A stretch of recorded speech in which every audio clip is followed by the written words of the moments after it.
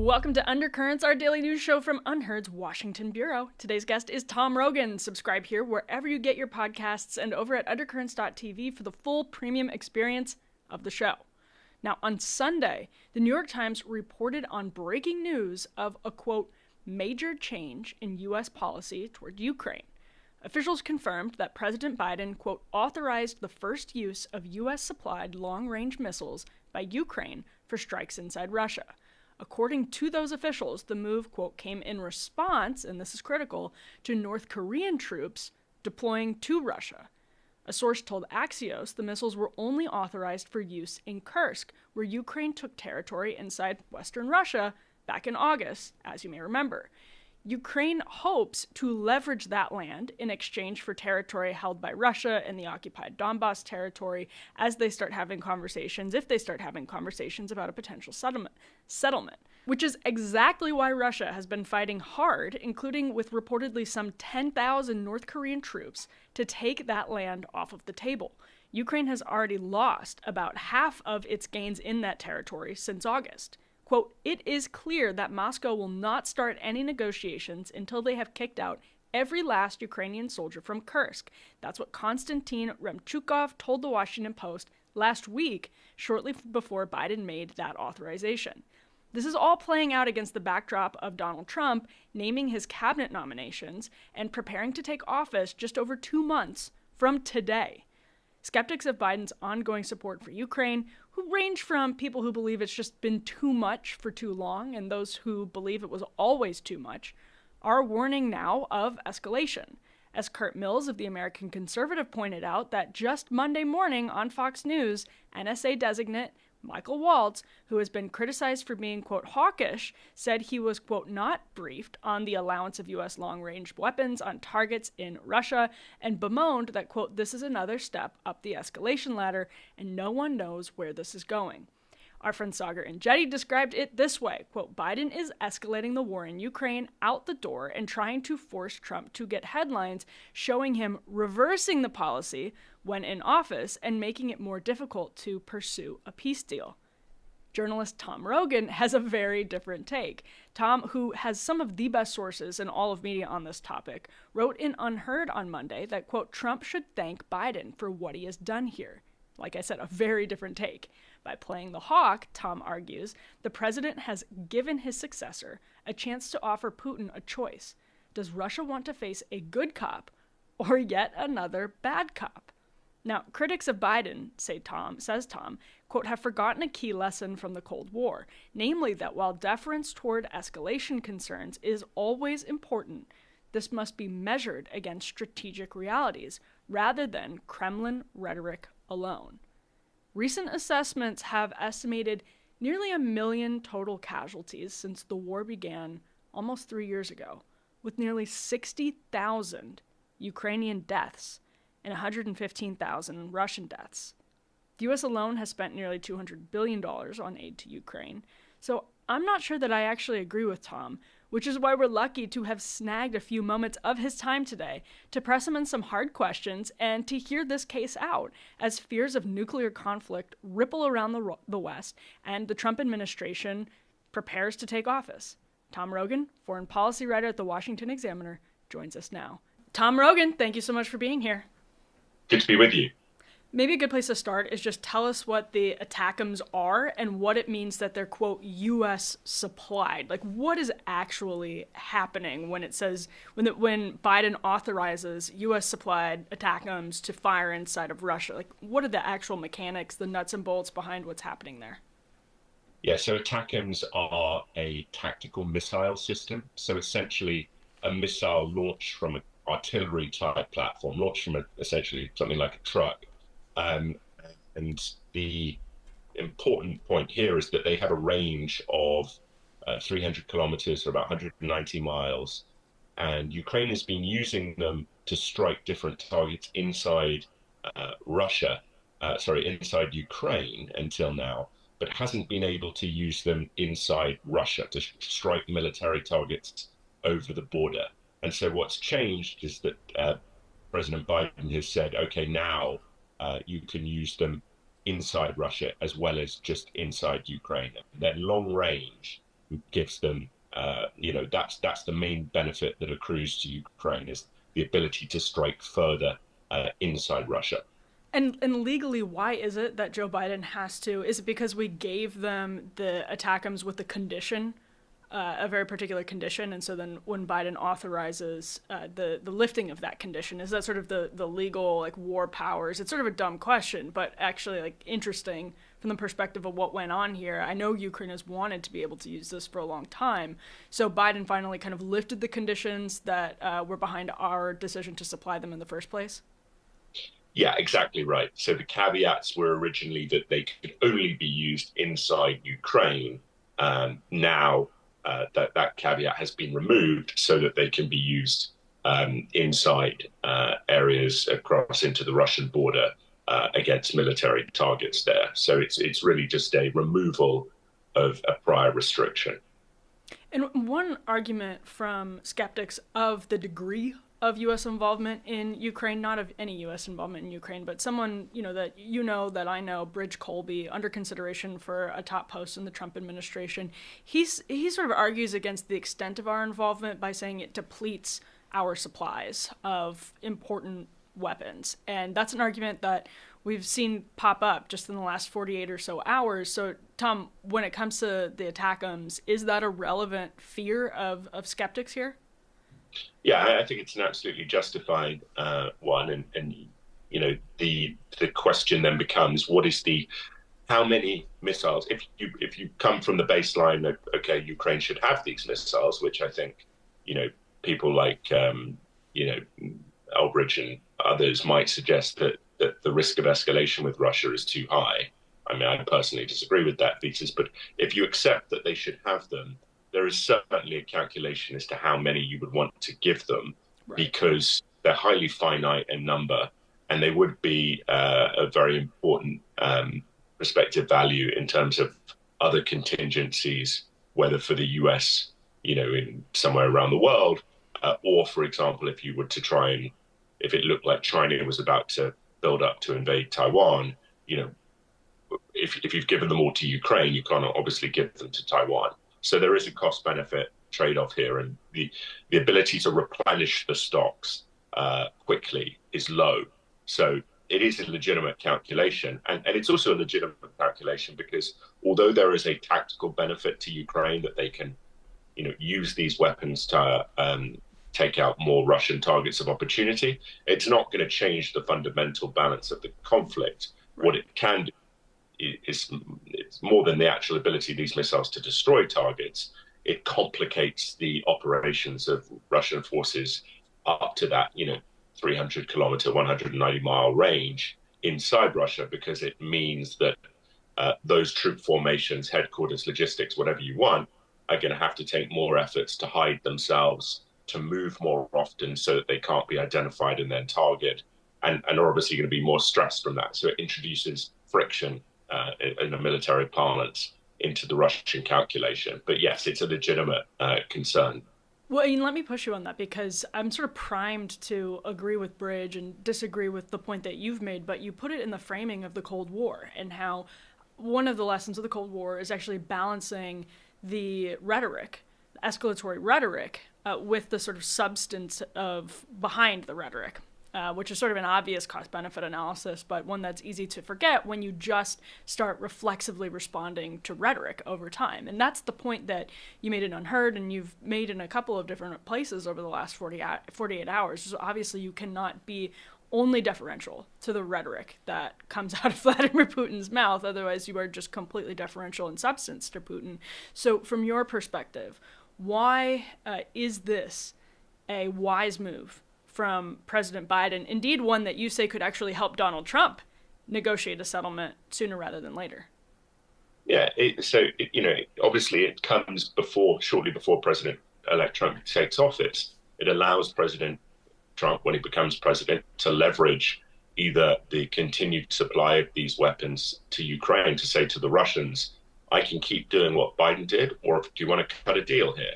And so Ukraine is going to probably have some successes in the coming weeks, taking out higher value Russian military targets across the border. And that's a pressure point on the Russians.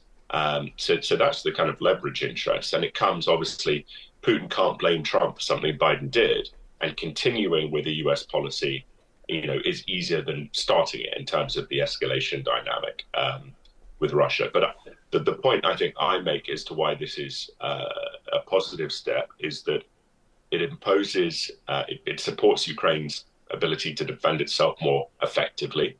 And that I would say is a US interest that Ukraine is able to, fight effectively against, what is, quite blatantly a Russian imperial invasion. And then the second point, I think, is that what Russia is doing as well with its own conduct towards the United States in the West, various sabotage attacks against factories, attempts to kill a major German industrialist, putting an incendiary device on a cargo plane that was destined for the United States, unfortunately blew up in a depot before, actually two of those in depots before they got on planes to the US. The Russians should face consequences for those actions in terms of expanded rather than what they seek, reduced US support.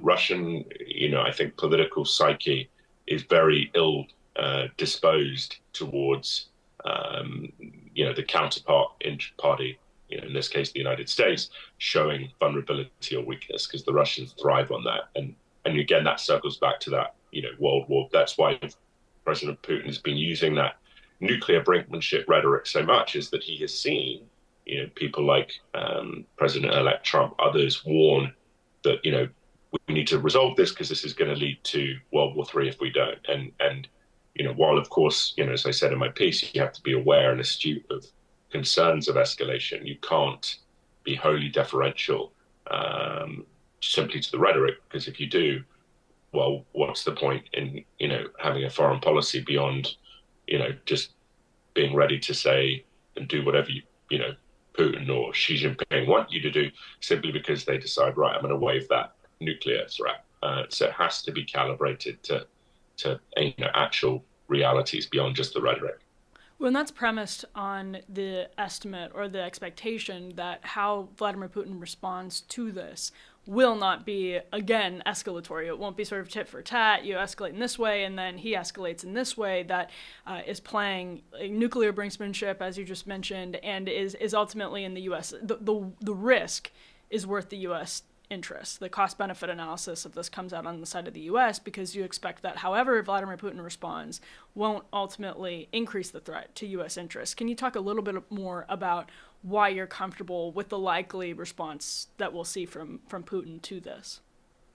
Well, I think we will see a response. I mean, there's been talk that maybe the Russians would give more advanced weapons to the Houthi rebels. Frankly, I think it's improbable that they will do an action that would really risk a direct confrontation with the United States or NATO, for, again, the simple reason that they would lose that confrontation, and they know it beyond their rhetoric. Putin is not crazy.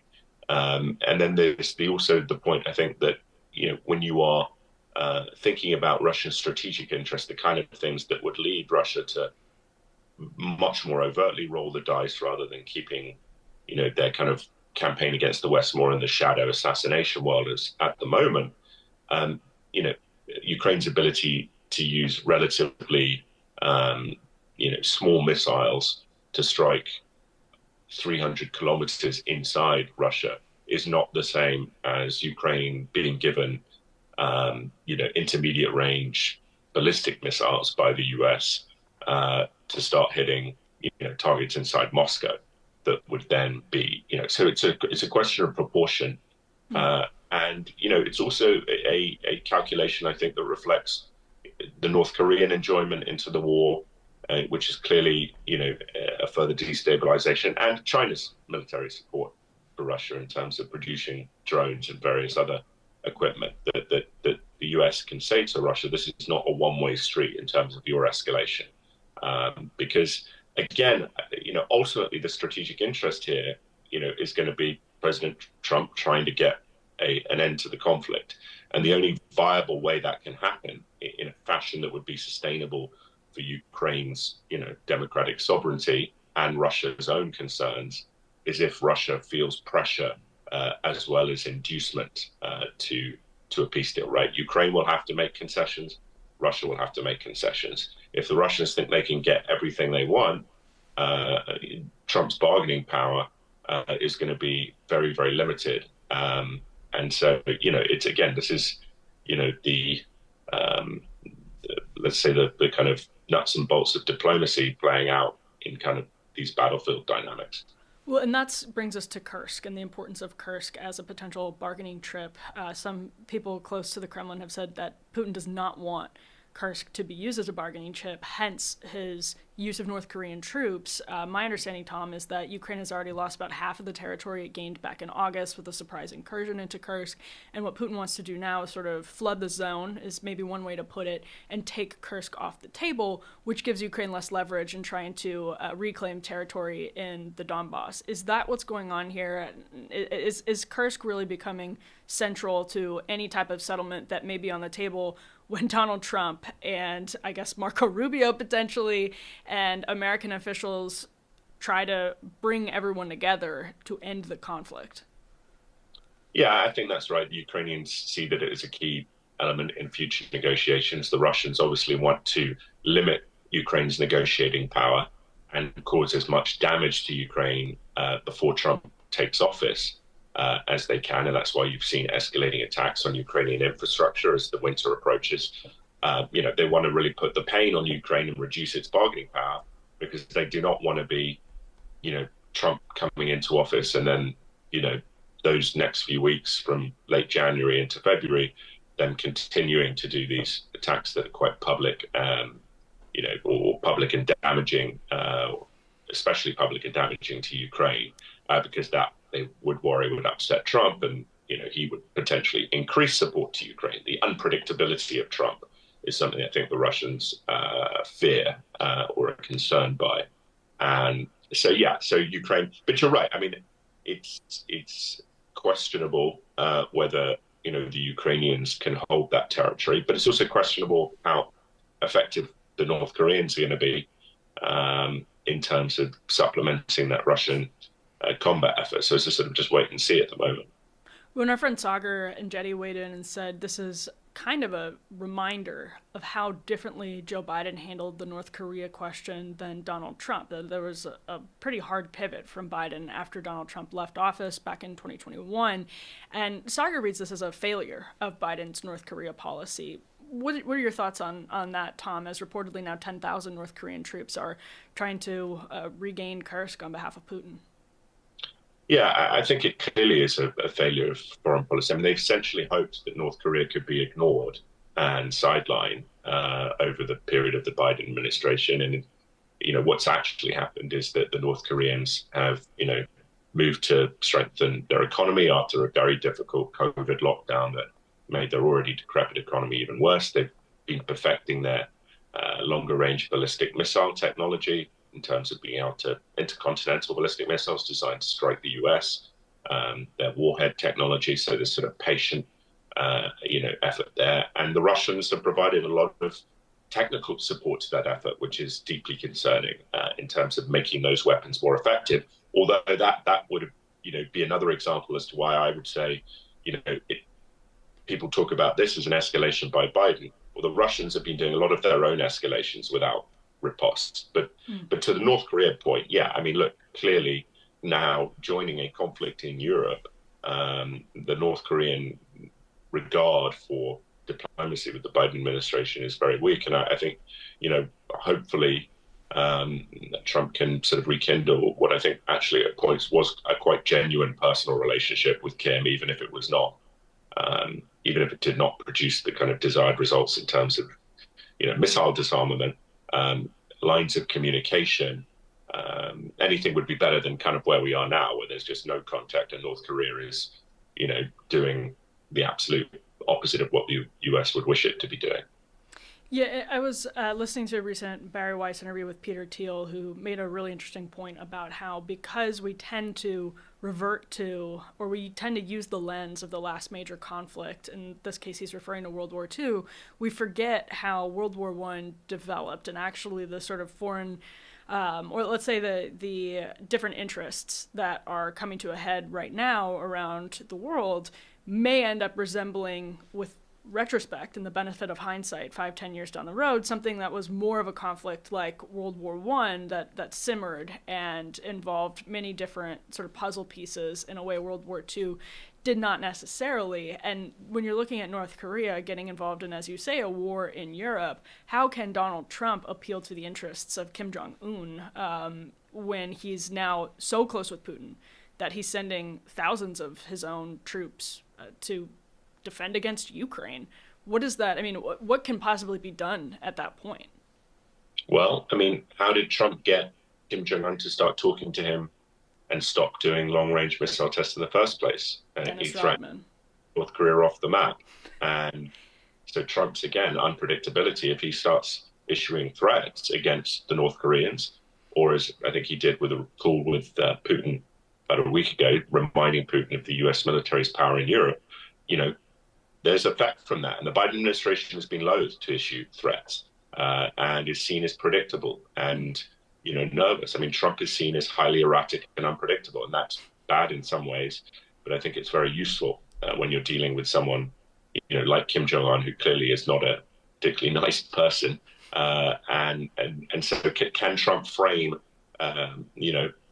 different threats to Kim Jong-un with inducements to come back to the negotiating table? And of course, if you can get a resolution to this war on viable terms, terms that both Russia and Ukraine can live with, and that, most importantly, do not just simply provide 5 years for the Russians to rearm and then invade again, clearly that's a huge win, because not only would it resolve the escalation concerns specific to Ukraine, but it would lead an end to North Korean enjoyment in that war, and again, a new avenue there for the US-North Korea diplomatic track in terms of the missile event. So, again, the focal point here, which maybe I should have been clear about in my mind, is that actually I think, the idea of pushing for this peace process is a positive one, as long as it's not just giving Russia what Russia wants.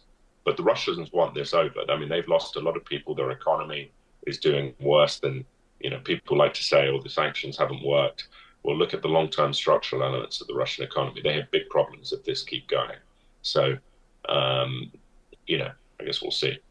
Well, and Tom, my last question on this particular build-up here is whether Donald Trump, let's say, let's put the neoconservatives aside and the actual dovish isolationists aside, and it seems to me there are two even just realist paths ahead of us. One is de-escalation and taking U.S. involvement and ratcheting it down. The other is this path, which I've heard a lot of people suggest is more viable and more just, which is escalating to end. It's almost an extension of the peace through strength idea. Once you're in the conflict, of course not, Reagan saying we avoid a conflict with strength, but once you're in the conflict, you can achieve peace by actually just going all in and not doing the Biden approach where you're sort of piecemeal after the Ukrainians have asked for something over the course of time, like these long-range missiles, you actually give it to them right away and you go all in on this conflict, pedal to the metal. Is that an approach that you think is viable for the Trump administration? Because it's the incoming administration is split, it seems to me, in and of itself. You have some people who would like to de-escalate right away, listening to David Sachs, who's close with J.D. Vance, that world. And then there's a world that says, maybe this is the Michael Waltz approach. So is that viable, Tom? Is that something that we could see from Trump, maybe even more likely than the total de-escalation approach? Yeah, I think so. And I think it would be the best path to get a resolution to this if Trump, instead of the Biden administration, very slow and hesitant to authorize different weapons and very cautious generally about how to deal with the Russians, if Trump comes in and says to Putin, I want to get a deal, are you going to be serious? And Putin says no, which he almost certainly will not be serious in the opening stages, because the Russian leader will think he can get a better deal, and that Trump is not going to get the deal of, the century or whatever you want to call it, the odd of the deal here, unless he is willing to dangle that escalation thing and say to the Russians, either come to serious enjoyment or you are going to face Ukraine having a lot more weapons, a lot shorter timelines, and more unpredictability in their offensive power. In the same way that Trump, is not going to get a deal unless he says to Zelensky, you are not getting, Crimea back, for example, and you're going to lose some of your territory in the Donbass. That's going to be part of the agreement. And then if you don't want to deal with that, then you're going to see reduced US aid.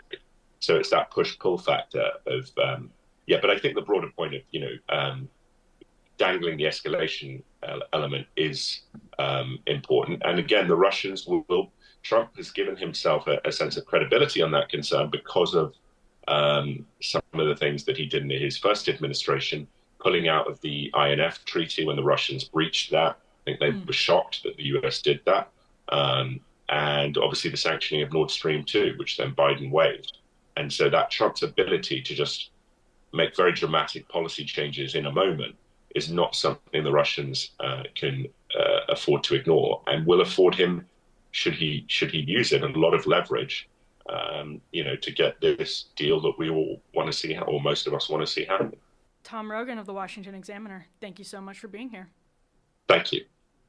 All right, well, thank you so much for tuning in to today's edition of Undercurrents. We are here every single day, so make sure to subscribe here on the Undercurrents channel. Thank you so much for all of your likes and comments and subscriptions. Make sure to head over to Apple, Spotify, wherever you download your podcasts, and subscribe to us there. Your reviews have been so kind. It is incredibly humbling.